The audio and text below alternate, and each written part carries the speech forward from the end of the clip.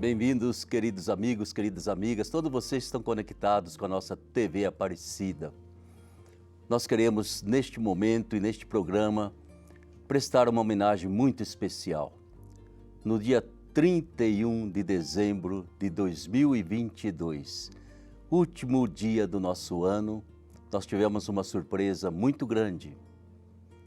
Deus chamou de volta para si aquele que nasceu com o nome de Joseph Aloysius Ratzinger, o nosso Papa Bento XVI.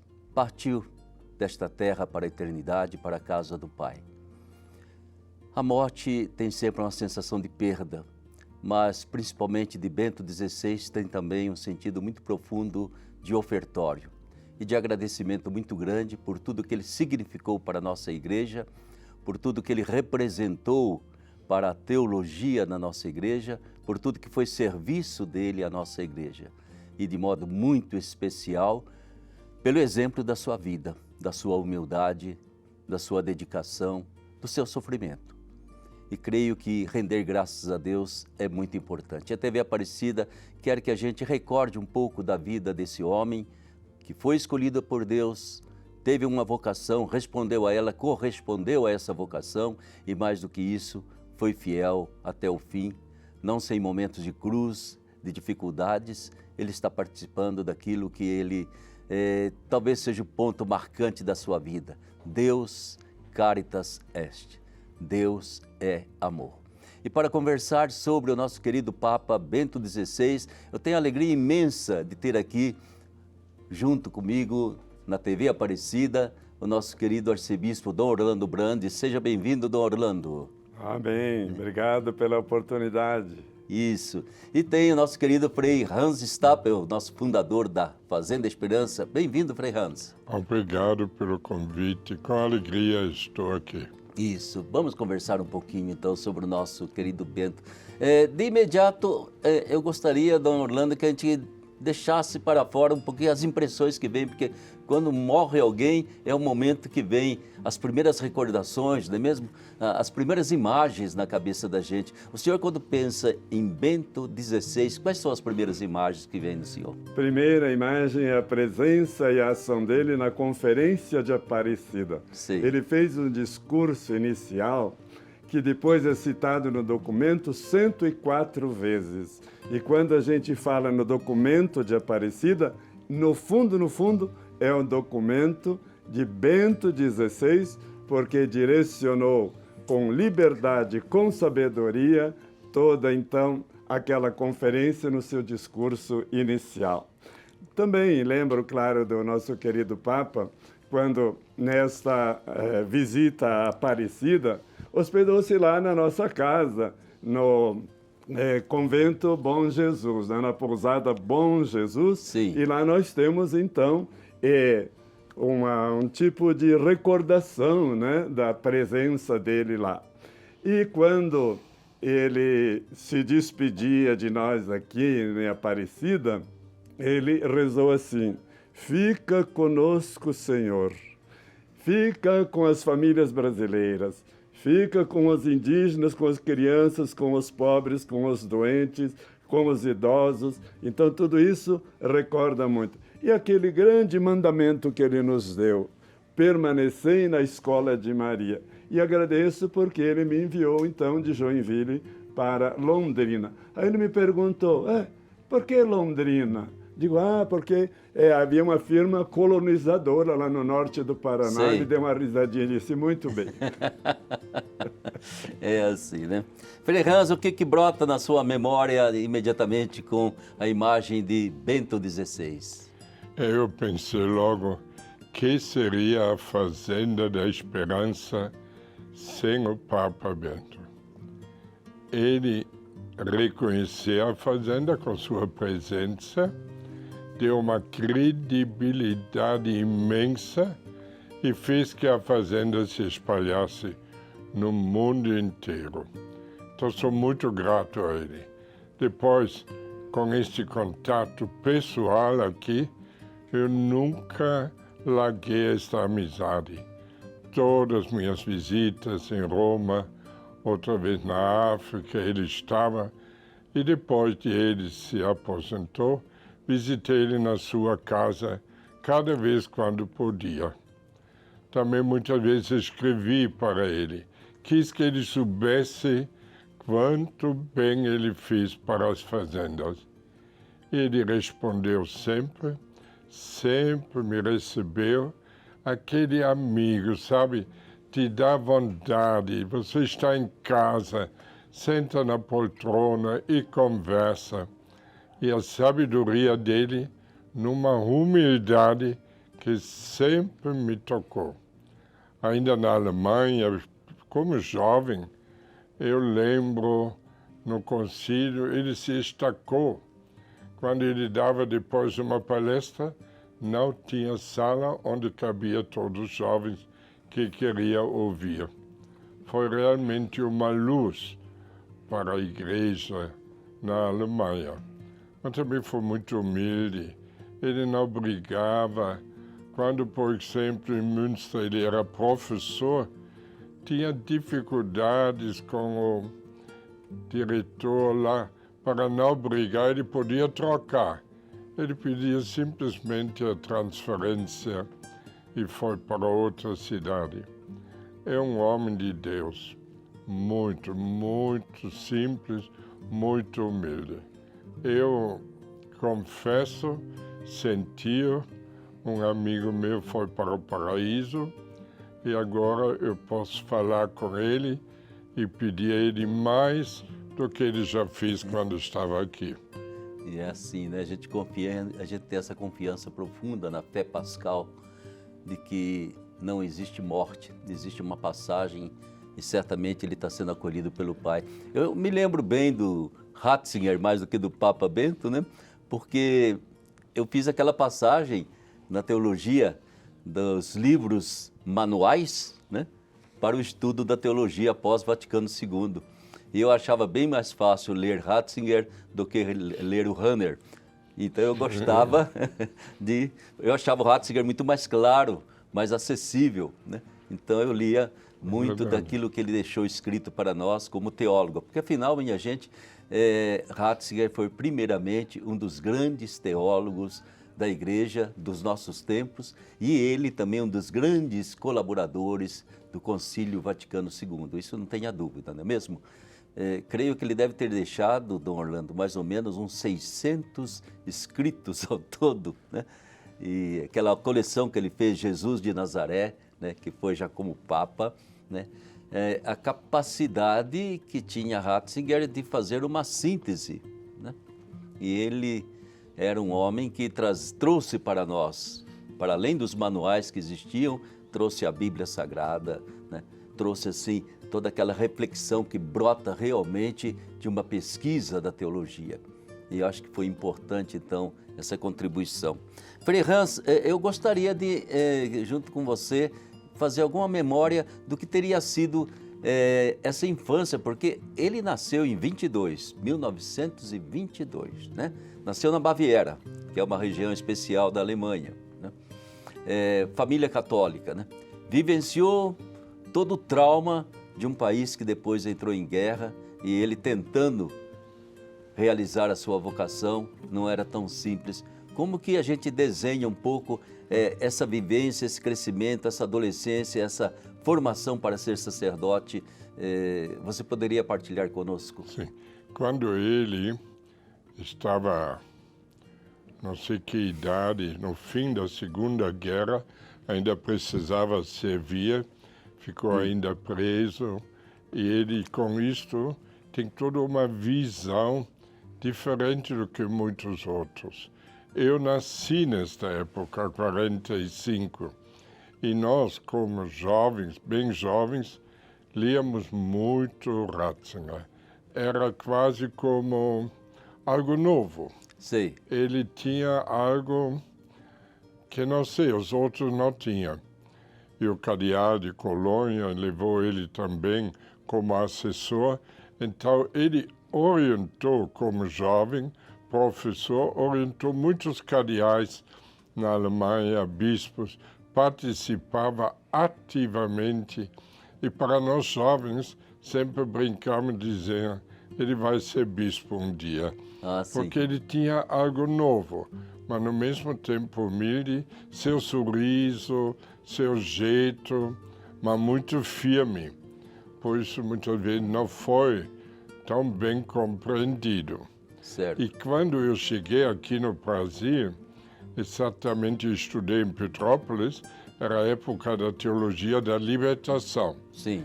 E aqui alguns teólogos brasileiros tinham conflito com ele. Sim. E foi interessante, uma das minhas viagens para Roma, ainda estudante, eu passei pela praça e encontrei ele. Então cumprimentei, disse eu sou franciscano, alemão, estudo em Petrópolis.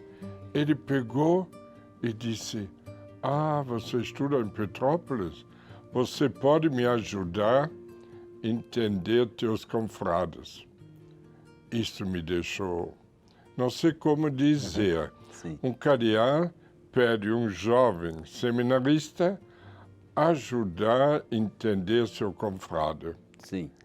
E eu conhecia bem também a família, e era do Leonardo Boff, eu estive na terra dele e vi que ele tinha um certo complexo de autoridade pela história dele. Seu pai quase foi preso pelas ideias que tinha. Então nós conversamos e eu vi com que humildade ele escutava, mas também entendia, explicava, respeitava. Para mim foi o primeiro encontro com ele pessoalmente. Sei. Depois não encontrei mais, só quando ele foi Papa. E aqui tinha uma coisa, quando ele foi Papa, aquele secretário dele, durante 10 anos, que era o Bispo Clemens. E ele era da minha diocese. E com ele tinha uma amizade já de longa data. Então, através dele, eu soube todas as coisas que aconteciam. Eu vi que o Papa, não com palavras, mas com atitudes, mudou muita coisa. Sei. Na igreja e também na vida de muita gente, também na minha vida. Ah, sim. Creio que é importante, aliás, faço uma correção, ele nasceu no dia 16 de abril de 1927, né? Essa data que o nosso Papa nasceu. E é importante esse testemunho, entende, dessa humildade e, digamos assim, dessa gentileza, que pode-se dizer, do Papa Bento XVI. Ele podia ter posições muito firmes do ponto de vista de teologia, do ponto de vista da forma como ele assimilou, mas ele era capaz de lidar com gentileza com qualquer outra opinião. Então, Bento XVI não foi um homem que diz assim, aqui quem manda sou eu. Né? Não. E é importante perceber porque todo mundo que teve um contato pessoal com ele sabia da gentileza dele. Uma gentileza, né, Frei, um pouquinho escondida, às vezes, por uma certa timidez, né? Sim. Não era popstar de jeito nenhum, né? Mas nessa timidez, quem se encontrava com ele era recebido, era acolhido, sempre com muita educação e com, digamos assim, uma capacidade até de escuta muito grande. Para o senhor, Dom Orlando, suas experiências, porque esteve mais de uma vez em contato com ele, e eu acho que na teologia também, lá no Pio Brasileiro, deve ter tido contato com Ratzinger. Sem dúvida. E eu queria continuar um pouquinho desse pensamento do Frei Hans, porque o nosso Papa Bento, ele falava da ciência, mas ligada à fé, da verdade e à caridade, da exigência, da segurança e da gentileza. Então, isso significa um homem de comunhão. E continuando o pensamento histórico do Frei Hans, por que ele escolheu o nome de Bento? Por duas razões. A primeira, por causa da guerra. Porque Bento XV enfrentou a Primeira Guerra Mundial. Sim. Ele enfrentou toda a Ostpolitik e também, como o senhor já falou, a guerra também. Então, aí ele tinha uma visão muito grande da humanidade e da paz. E a segunda razão é São Bento, porque São Bento, então, é o padroeiro da Europa. e toda a vida de São Bento marcou a humanidade. E o Papa Bento sempre repetia um pensamento de São Bento: nada antepor a Cristo Jesus, nada antepor. Em primeiro lugar, Cristo Jesus. E também gostaria de lembrar que, num dos encontros com ele lá em Roma, ele se interessou muito pela diocese, pela nossa realidade. Sim. E isso ele fazia com todos os bispos, não é? Então, ele não era um teólogo teórico. Ele tinha muitos pés no chão.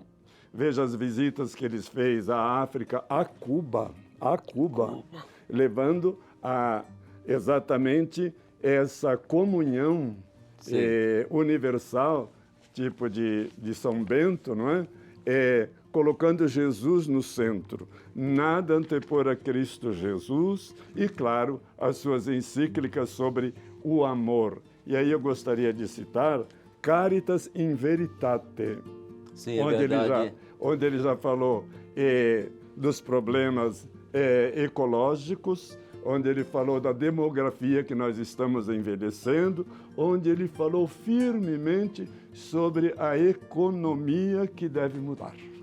Sim, ou seja, ele viveu bem dentro do nosso tempo, entende?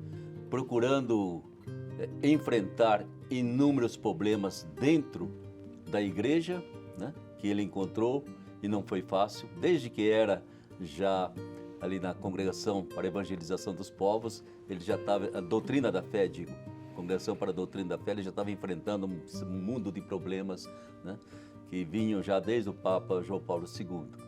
E, de repente, se viu à frente de toda essa situação, né? Não foi fácil para ele. Inclusive, eu acho que isso foi até abalando um pouco a saúde dele ao longo do tempo, né? Mas chegou aos 95 anos, graças a Deus, né? Mas, assim, esses sinais, eu li, a primeira que eu li foi Deus Caritas Est, Deus é amor, e me impactou, né? Fiquei impressionado com aquilo, né? Então, eu percebia que por detrás de todas as atitudes dele, até para defender a verdade, porque Ratzinger era um defensor da verdade, né? Ele não gostava desse relativismo, desse tipo de consideração em que não há um ponto de convergência, um ponto de segurança em termos de verdade, né? Mas por detrás estava o amor, né? Eu acho que ele bateu muito nesse aspecto. Isso mesmo. Ele tinha coragem de dizer as coisas que os outros ficam, às vezes, não entendendo. Eu lembro, nos anos 60, ele foi convidado por um grupo de filósofos para responder algumas perguntas. E a pergunta era exatamente: hoje, na época onde tem tanta coisa porque o país estava melhorando, por que nasce a droga e a violência? Sim. Então ele fez todo um discurso, eu li várias vezes, me encanta, onde ele demonstra: se nós não damos ao outro Deus, damos muito pouco. Então ele dizia que a droga era quase uma coisa que aparecia porque o consumismo que tomava conta não suficiente para as exigências profundas da alma de qualquer um. Isso deu uma reação, muitos não gostaram, alguns achavam, mas agora a Alemanha está melhorando, como pode dizer isto? Mas depois, muitos anos depois, quando nós começamos com acolher os drogados, eu entendi o que ele quis dizer. Sim. E por isso nosso método que nós damos aos jovens, viver a palavra. E a palavra é Deus. Então eu vi de repente, puxa, ele se recupera. Como é possível? E tantas outras comunidades que têm médicos, psicólogos e tudo, e não crescem tanto, não conseguem. Hoje nós estamos no mundo inteiro, por quê? Porque estamos dando Deus. E isto Ratzinger sempre falou. Precisa dar Deus, e não os bens, não tantas coisas teoréticas, mas na praxis. e ele era concreto nesse sentido. Eu creio que é muito importante a gente perceber como Ratzinger entende, ele foi daqueles grandes que nos ajudaram a recuperar o pensamento cristão, um pensamento baseado na palavra de Deus, né? Não apenas citando filósofos ou outros autores, mas a palavra de Deus. Nós vamos fazer uma pequena pausa aqui e imediatamente voltamos conversando sobre o nosso Papa Bento XVI, que Deus chamou para si neste último dia do ano de 2022. Uma pausa, esteja atento e logo estaremos novamente conversando, batendo esse papo para que a saudade fique no nosso coração e o Papa interceda pela Igreja e por todos nós.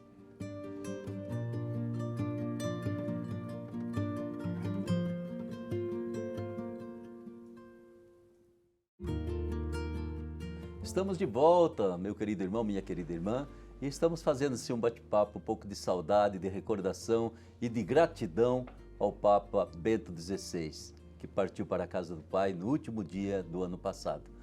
E a gente quer que ele sirva de bênção para nós, de bênção para toda a Igreja, de bênção para o nosso Papa Francisco.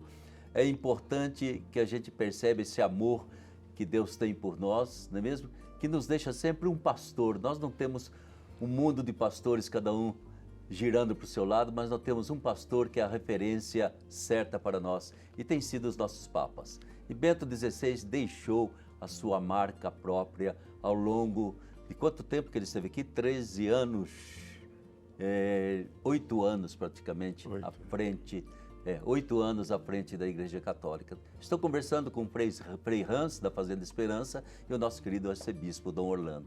Vamos voltar então ao nosso bate-papo, conversar um pouquinho. O que o senhor gostaria ainda de acentuar da sua experiência com Bento XVI, Dom Orlando? Então, como pessoa e como teólogo e como místico. Místico como também? Pastoralista também. Sim. Tão místico que passou 10 anos rezando pela igreja, não é? É verdade. Depois de que renunciou com tanta humildade e tanta sabedoria, não é? Mas eu queria voltar um pouquinho a Deus Caritas Est, porque ele tem uma grande novidade, e a novidade é sobre o Eros, não o erótico, o Eros. Ele defendeu muito a positividade do Eros, a busca do outro, a teologia do desejo. E isso mudou muito, muito e superou alguns teólogos que eram bastante negativistas a respeito do eros humano. Tanto que para o teólogo Rahner, e os dois se conheciam muito bem, a fé é um tipo de eros, é aquele desejo de Deus que é início do catecismo, que ele foi o grande autor do nosso catecismo da Igreja Católica. Sim. Foi Bento XVI. E a primeira frase do catecismo é essa: o desejo de Deus, o nosso eros, a nossa busca, a transcendência, a saída de nós mesmos para Deus e a saída de nós mesmos para o irmão. E aí esse amor se tornou um amor social na Caritas in Veritate e naqueles 3 anos que ele propôs para a igreja: o ano da fé, Sim. o ano do sacerdote e o ano paulino. Claro, temas bíblicos, mas são anos em que ele respondeu com amor aos problemas da igreja e da humanidade. E também quando ele acolheu aqueles pastores anglicanos na Igreja Católica, Sim. a atitude de amor.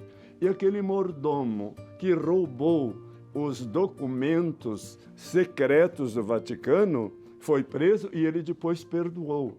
E também o escândalo Vatican Leaks, não sei o que, lá naqueles problemas. Leaks, E então ele também perdoou depois Ettore Tedeschi, que era então o coordenador do IOR, não é? O Instituto das Obras das Religiões, e então enfrentou com amor problemas assim tão graves. É verdade, entende? Ele viveu um período bastante crítico, né?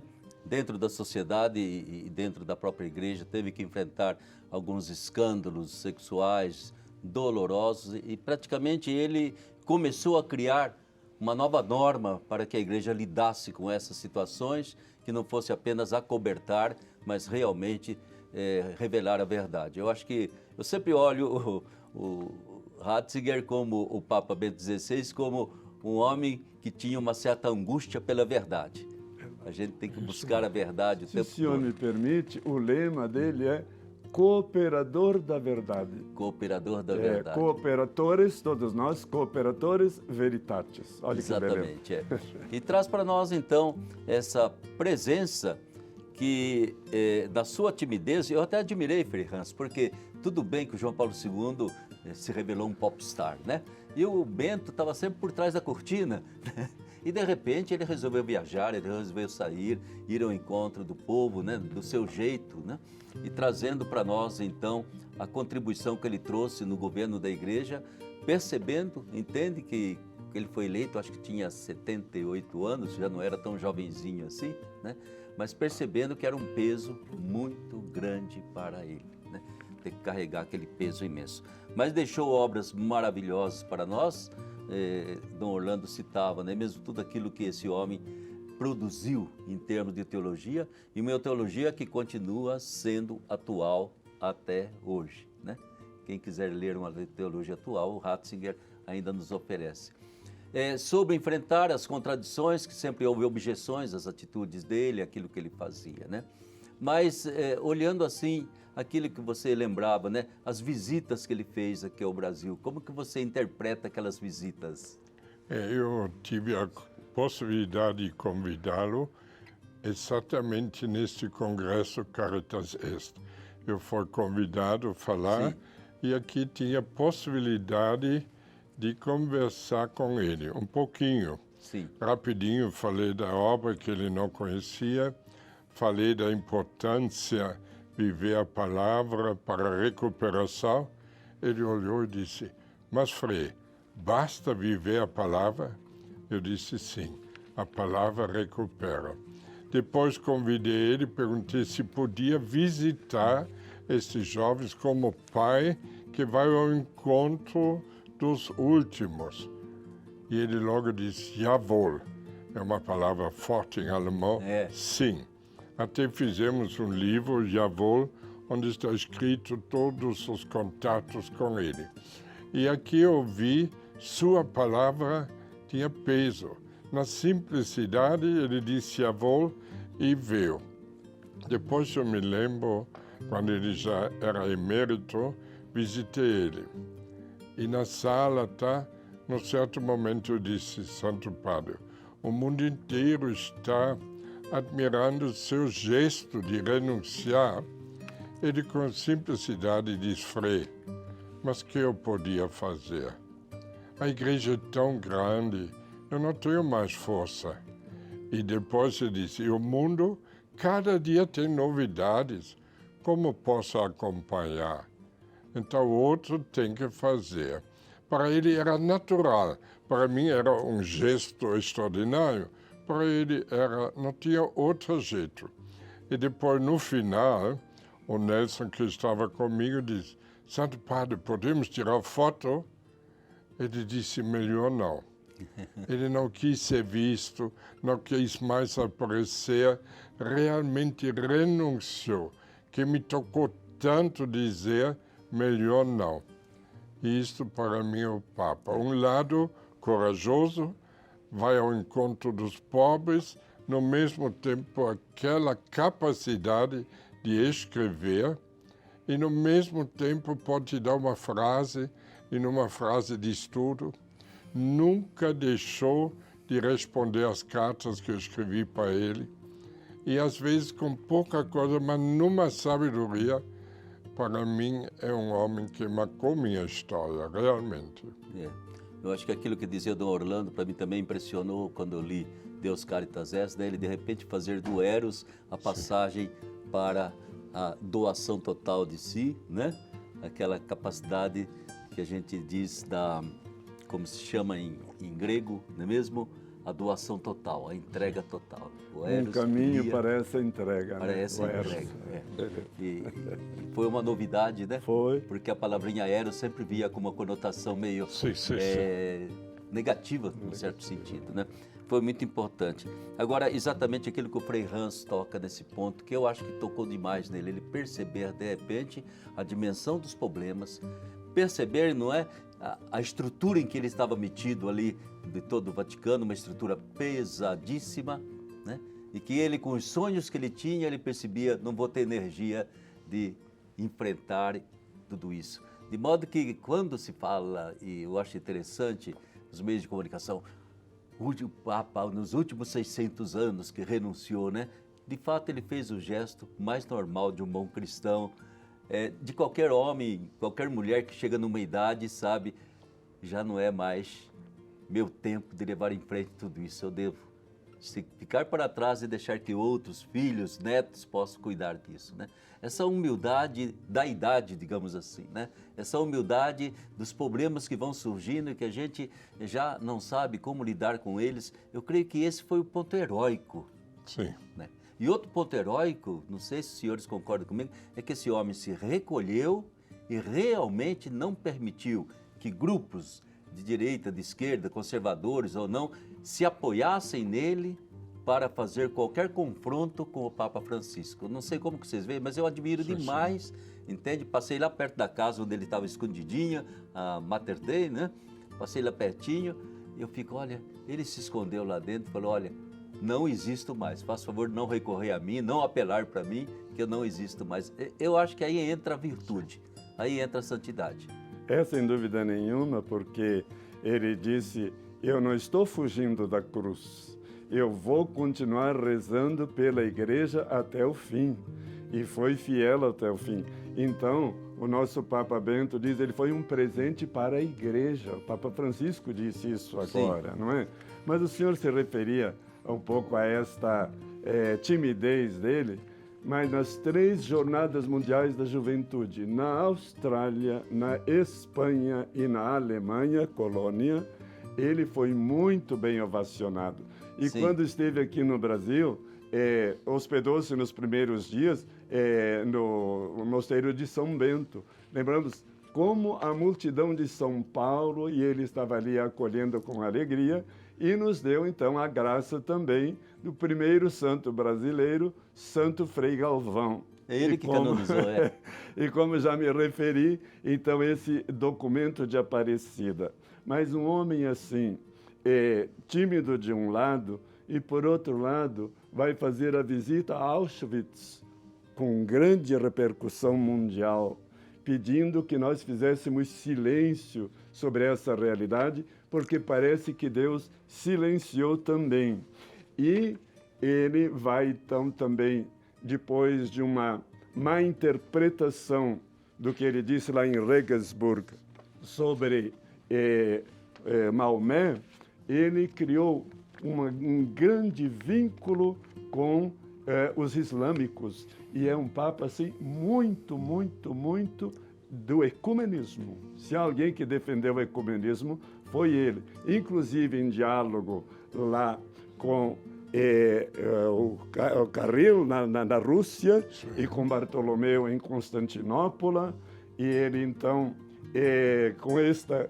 Imagino quanta, como o senhor dizia, quanta virtude, quanta espiritualidade para enfrentar todas essas realidades, então, do mundo, e como já falamos aqui do Vaticano, e Sim. quantas vezes também pediu perdão e desculpas, e disse, eu sinto vergonha do que acontece na igreja. E escreveu uma carta aos seminaristas belíssima, Sim. para que eles não caíssem nessa desgraça que é a pedofilia.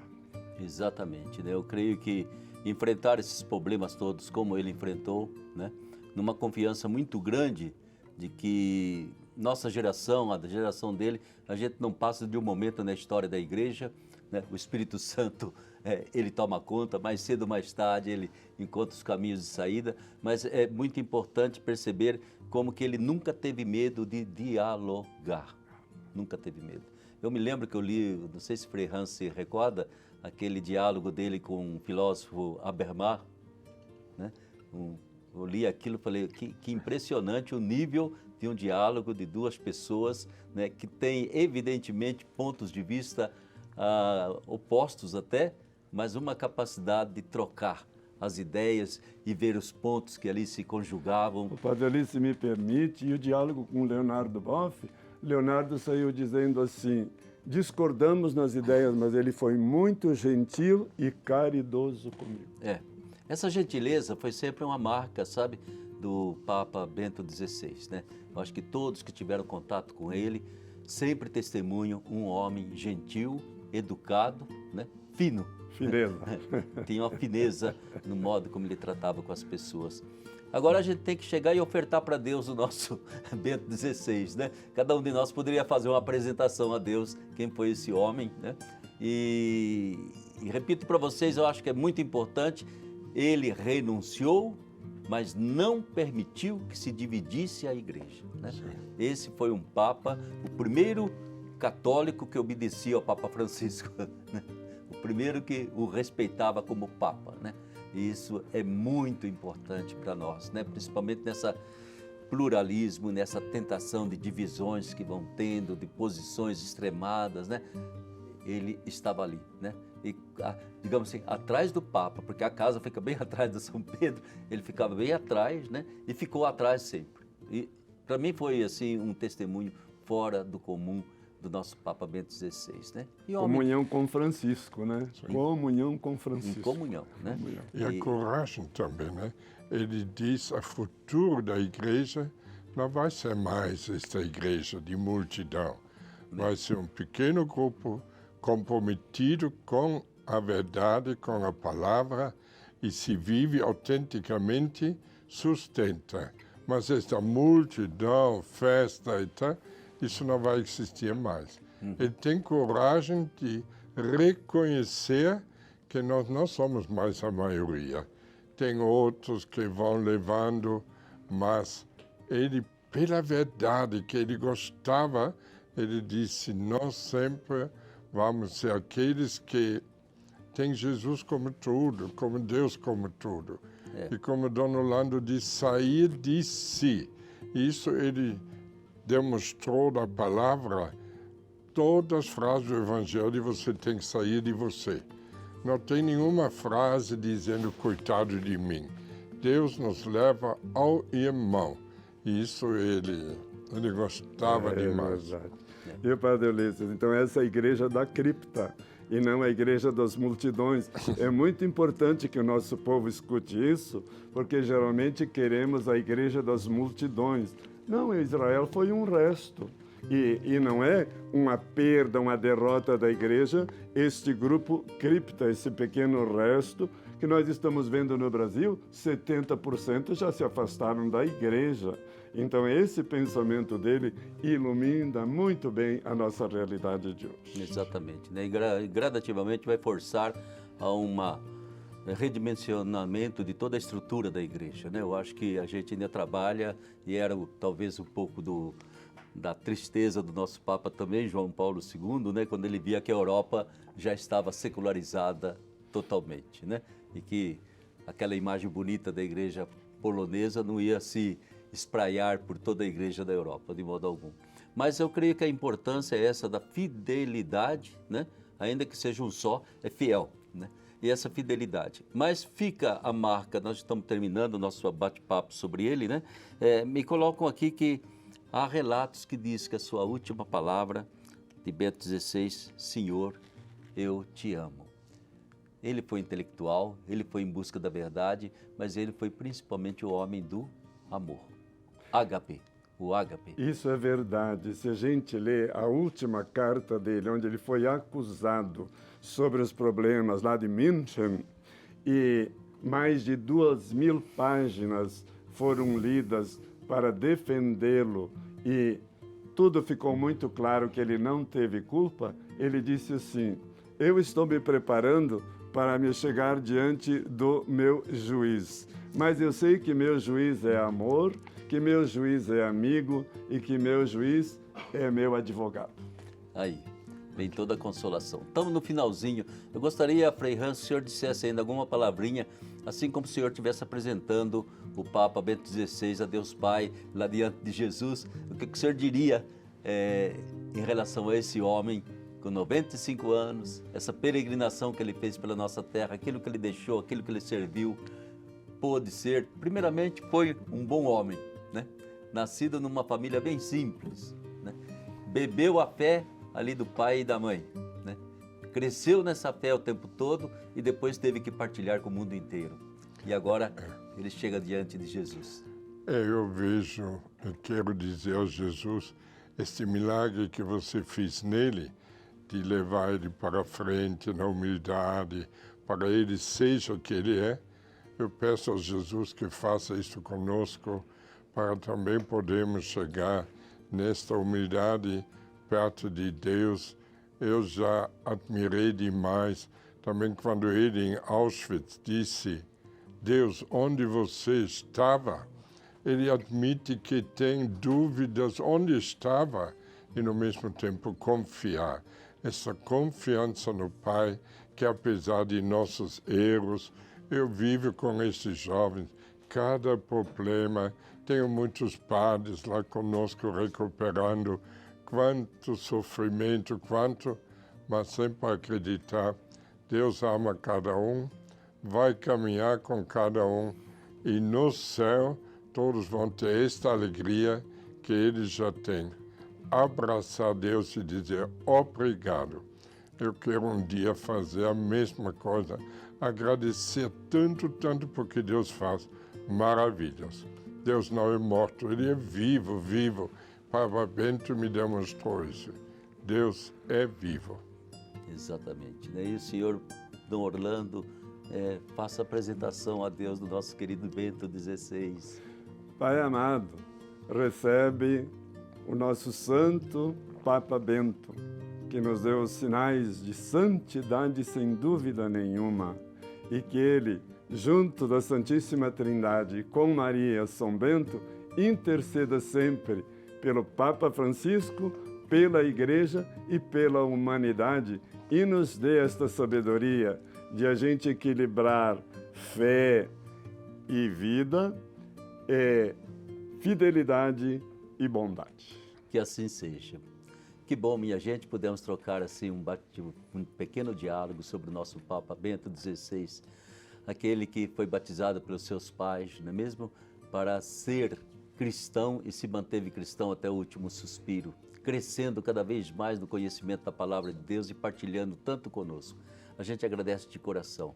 Papa Bento XVI, para o Senhor nós não queremos desejar um feliz ano novo, mas uma feliz eterna convivência na comunhão dos santos. E continue intercedendo pela sua igreja que tanto amou. E nos ensina a fazer esse caminho bonito do Eros até o Ágape, porque nós queremos também um dia estar lá, na comunhão dos santos, louvando, agradecendo a Deus por tudo que nos tem dado. E coloque no nosso coração essa mesma esperança e essa mesma humildade que conduziu a sua vida. Uma bênção muito grande venha sobre todos nós neste novo ano. E muito obrigado, querido Frei Hans, muito obrigado, querido Dom Orlando. E obrigado a você que nos acompanhou neste programa.